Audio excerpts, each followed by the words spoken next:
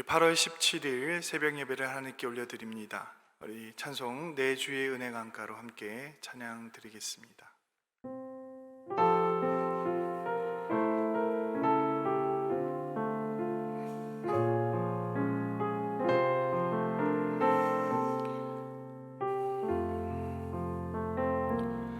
내 주의 은혜 강가로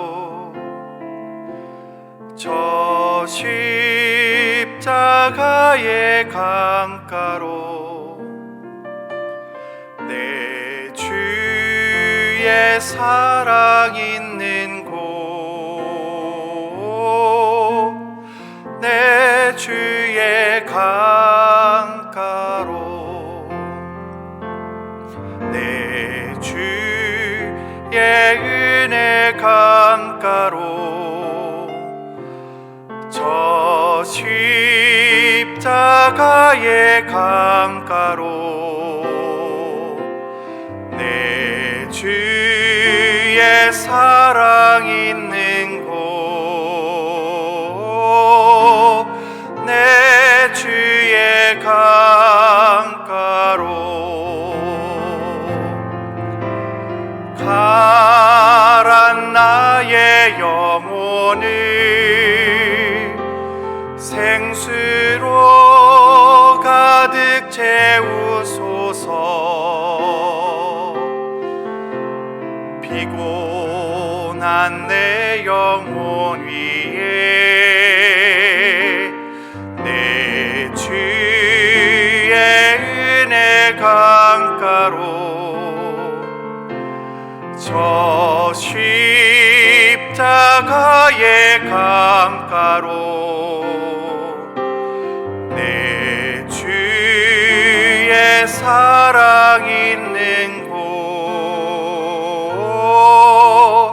내 주의 강가로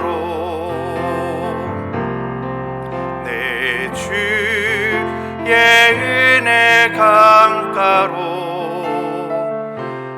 저 십자가의 강가로 내 주의 사랑 있는 곳, 내 주의 강가로 가란 나의 영혼을 생수로 가득 채우소서.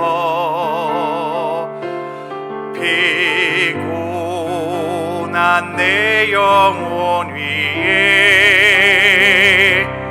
내 주의 은혜 강가로 저 십자가의 강가로 내 주의 사랑 있는 곳, 내 주의 강가로 이 모든 것이 주님의 은혜, 이 모든 것이 은혜라네. 이 모든 것이 주의 은혜,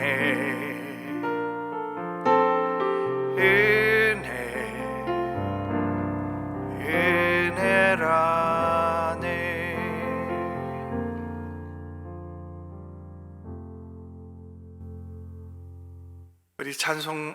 우리 성경 말씀, 하나님 오늘 저에게 주신 말씀은 로마서 11장 1절부터 10절까지 말씀입니다.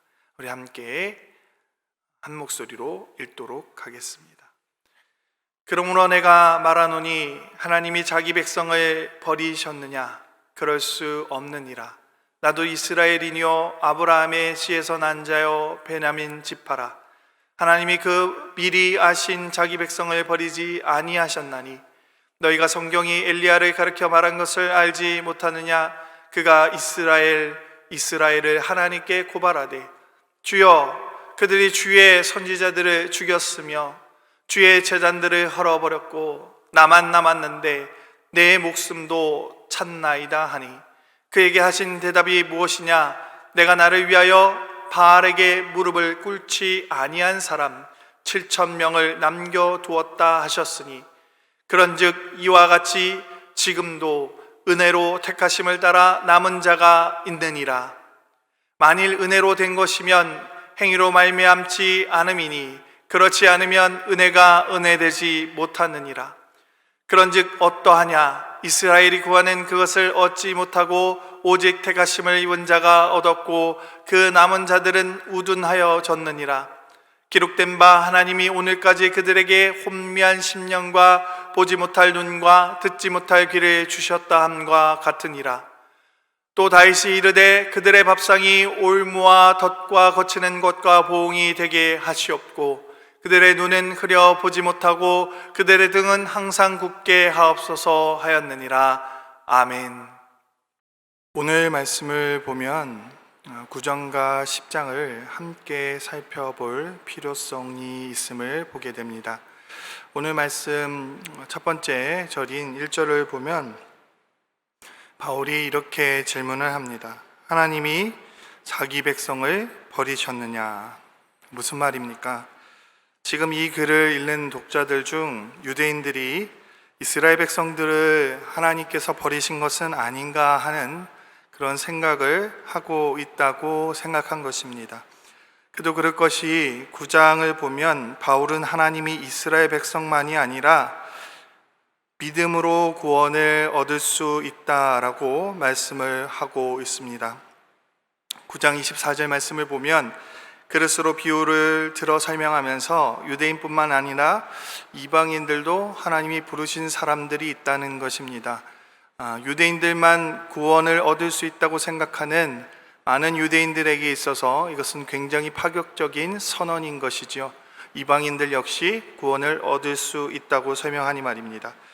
그리고 10장에 가서는 더 확실하게 그리고 더 넓은 의미로 설명을 하고 있습니다. 단순히 이방인 중에 부르심을 받은 사람이 있는 정도가 아니라 입으로 시인하고 마음으로 의에 이르면 모든 사람들이 구원에 이를 수 있다고 선언하고 있습니다. 여러분, 그런데 이 글을 읽는 유대인들은 어떤 생각을 하게 될까요?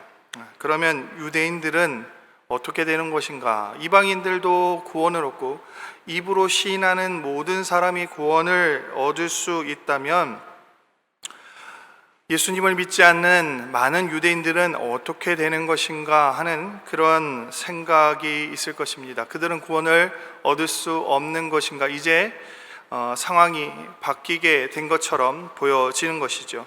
그래서 바울이 되물은 것입니다. 하나님이 자기 백성을 버리셨느냐? 바울의 로마서를 읽고 있는 유대인들이 느끼는 그러한 감정을 먼저 바울이 질문으로 표현한 것입니다. 바울의 답은 무엇입니까? 아니라는 것입니다. 그러면서 자신을 예로서 설명하고 있습니다. 나도 이스라엘이니요 아브라함의 씨에서 난 자요 베냐민 지파라라고 말씀하고 있습니다. 무슨 말입니까? 자기 역시 유대인 중에 유대인이지만 하나님께서 그를 구원에 이르도록 예수 그리스도를 믿어 의에 이르도록 그렇게 만드셨다는 것이죠. 그는 정말 유대인 중에 유대인이었고 예수 그리스도를 믿는 많은 사람들을 잡아 가두는 역할을 감당했었습니다. 그랬던 그가 이제 예수를 주로 시인하고 마음에 믿어 의에 이르는 그런 단계가 된 것입니다. 자신 같은 유대인 중에 유대인도 얼마든지 예수님을 믿을 수 있다는 것을 보여주고 있습니다. 이방인에게만 이런 은혜가 임하는 것이 아니라는 것을 설명하는 것이죠. 그리고 또 한 가지 예를 들고 있습니다. 그는 성경에 나온 엘리야의 이야기를 가지고 하나님이 자신의 백성을 절대 버리시지 않으신다는 그러한 사실을 우리에게 보여주고 있습니다. 엘리야가 활동하던 아합의 시대는 정말 악한 시대였죠. 우리가 다 아는 것처럼 그들은 바알을 섬겼고 아세라상을 만들어서 사용했습니다. 엘리야가 느꼈던 절망감 역시 오늘 본문에 나오는 이스라엘 백성들, 유대인들이 느꼈던 것과 동일합니다.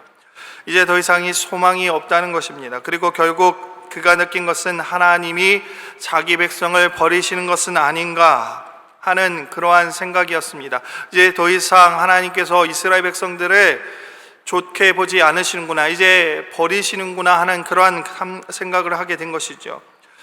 그렇지 않으면 하나님께서 어떻게 하나님을 잘 섬기며 모든 선지자들을, 하나님을 잘 섬기는 그런 모든 선지자들을 죽게 내버려 둘 수 있냐 하는 것입니다.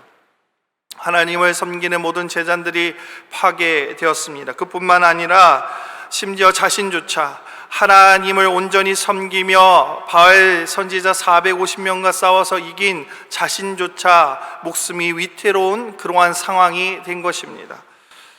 이러한 상황 가운데 절망감이 찾아온 것이죠. 그래서 그가 아마 이렇게 느꼈을 것입니다. 하나님께서 진노하셔서 이제 우리를 버리시는구나. 여러분, 이런 상황 가운데 여러분도 동일하게 느끼지 않으시겠습니까? 사실 팬데믹 상황 이후로 많은 사람들이 이러한 절망 가운데 살아갑니다. 하나님이 진노하셔서 우리를 버리신 것은 아닌가? 코로나 상황뿐만 아니라 우리에게 찾아오는 모든 시련 가운데 그 시련이 거세어질수록 우리도 모르게 그런 생각을 하게 됩니다. 하나님이 나를 버리셨구나. 유럽의 기독교를 보며 아마 많은 유럽 목사님들이 그러한 물음을 던지고 있을 것입니다. 그러한 좌절 가운데 있지 않을까 생각해 봅니다. 그러나 그것은 어디까지나 우리의 생각입니다. 이것은 어디까지나 엘리야의 생각이었습니다. 하나님은 엘리야에게 무엇이라고 말씀하십니까? 내가 나를 위하여 바알에게 무릎 꿇지 않는 사람 7,000명을 남겨두었다. 하나님은 절대 당신이 선택한 백성들을 버리시는 그러한 분이 아니십니다. 신실하신 분이시라는 것입니다. 그는 반드시 남은 자를 선택해 두시는 분이십니다. 아무리 우리가 악함 가운데 있다 할지라도 하나님의 은혜는 언제나 우리 가운데 있는 것임을 우리는 알아야 할 것입니다. 우리 가운데 언제나 하나님의 은혜 가운데 하나님께서 베풀어 주시는 그러한 남은 자의 은혜가 있다는 사실을 우리는 성경을 통해서 바라봐야 하는 것이죠. 로마서를 읽고 있는 당시 유대인들에게도 하나님은 동일하게 말씀하고 있습니다. 여전히 선택받은 민족인 너희 이스라엘 백성들과 함께 하고 있다라고 말입니다. 엘리야 때의 남은 자와 같이 이 시대에도 남은 자들을 하나님께서 구별해 두셨다는 것입니다. 성도 여러분, 하나님은 언제나 은혜의 길을 열어두시는 분이십니다. 아무리 우리의 시대에 주를 찾는 자가 없다 할지라도, 그런 거 아무리 주를 찾는 사람이 안 보이는 것 같아 보일지라도 하나님은 당신의 사랑으로 당신의 종들을 택하여 이 악하고 험난한 시대에 당신의 종들을 구별해 두시는 것입니다. 바라기는 저와 여러분이 그런 남겨진 자가 되어지기를 간절히 소망합니다. 이 시대에 우리가 정말 선택받아 이 땅 가운데 하나님의 진리를 온전히 증거하며 하나님의 사랑을 온전히 증거하여 하나님을 믿지 않는, 예수 그리스도를 주라 시인하지 않는 많은 사람들로 하여금 예수 그리스도를 주라고 시인할 수 있게끔 만드는 그런 남은 자들이 되어지기를 간절히 축원합니다. 온라인으로 예배를 드리며 신앙을 잃어버릴 수 있는 그런 시대를 우리가 살고 있습니다. 이런 시대에 여러분, 많은 사람들이 신앙을 잃어버릴 것 같아 보일지라도 하나님은 당신의 손에서 선택하여 남은 자들을 남겨두시는 것입니다. 여전히 가정에서 온라인 예배를 통해서 많은 사람들이 하나님을 온전히 섬기는 그러한 백성으로 하나님께서 구별하신다는 사실을 여러분 명심하셔야 할 것입니다. 특별히 우리 만나교회 모든 성도들이 그런 하나님의 남겨진 자들이 되었으면 좋겠습니다. 정말 온라인 예배로 하나님을 온전히 섬기지 못하는 것 같지만 여러분의 가정에서 하나님을 온전히 섬기며 정말 하나님께서 베풀어 주시는 그 은혜를 기억하며 살아가는 그러한 주님의 남겨진 백성들이 되시기를 다시 한번 축원합니다. 5절 말씀에서 분명하게 말씀하고 있습니다. 그런즉 이와 같이 지금도 은혜로 택하심을 따라 남은 자가 있느니라. 여러분, 이 말씀은 지금도 유효한 것입니다. 6절에서 바울 사도는 다시 한번 구원의 은혜로 말미암아 되어진다는 사실을 강조하고 있습니다. 유대인들이 믿는 것과 같은 율법의 행위로 되어지는 것이 아님을 다시 한번 강조하는 것이지요. 절대적으로 하나님의 그 구원의 사역은 하나님의 은혜로 말미암아 되어진다는 사실입니다. 그 누구도 이것을 피해갈 수는 없다는 사실을 분명히 해두고 있습니다. 아무리 선택받은 민족일지라도, 유대인일지라도 하나님의 은혜로 말미암아 저들이 구원받음을 다시 한 번 더 말씀해 주고 있는 것입니다. 이번 주일 말씀에 우리 목사님께서 말씀하셨던 것처럼 부스러기 은혜를 구하던 이방 여인은 은혜를 의지했기에 구원에 이를 수 있는 것입니다. 하지만 유대인이라는 이유로 혹은 자신은 율법을 잘 지키고 있다고 자부하고 있는 유대인이 있다면 그는 구원에 이를 수 없다는 것을 다시 한번 보여주고 있습니다. 왜냐하면 7절 이하에 나오는 그런 완악한 자들, 복이 곧은 하나님의 백성들이 있다는 것입니다. 하나님께 선택을 받은 민족이라도 그런 백성들이 있다는 것입니다. 영적으로 무감각한 그런 상황 가운데 직면해 있는 사람들은 예수 그리스도를 믿음으로 고백할 수 없는 것이죠. 아무리 예수 그리스도가 하나님의 아들이며 율법이 아닌 예수 그리스도를 믿는 믿음으로 구원에 이른다는 것을 보여줘도 믿지 않는 그런 사람들이 있다는 것입니다. 오직 은혜로 구원에 이르게 됨을 알려줘도 믿지 않는 그런 영적으로 어두워진 사람들이 있다는 것입니다. 이러한 일들은 하나님을 믿는 우리도 사실은 마찬가지입니다. 우리도 역시 이런 영적 무감각증에 걸릴 수 있는 것입니다. 오직 은혜로 말미암아 구원받는다는 것을 머릿속으로는 알고 있으면서도 행위로 드러내려 하며 행위를 통해서 구원받는 것처럼 행동할 때가 있는 것이죠.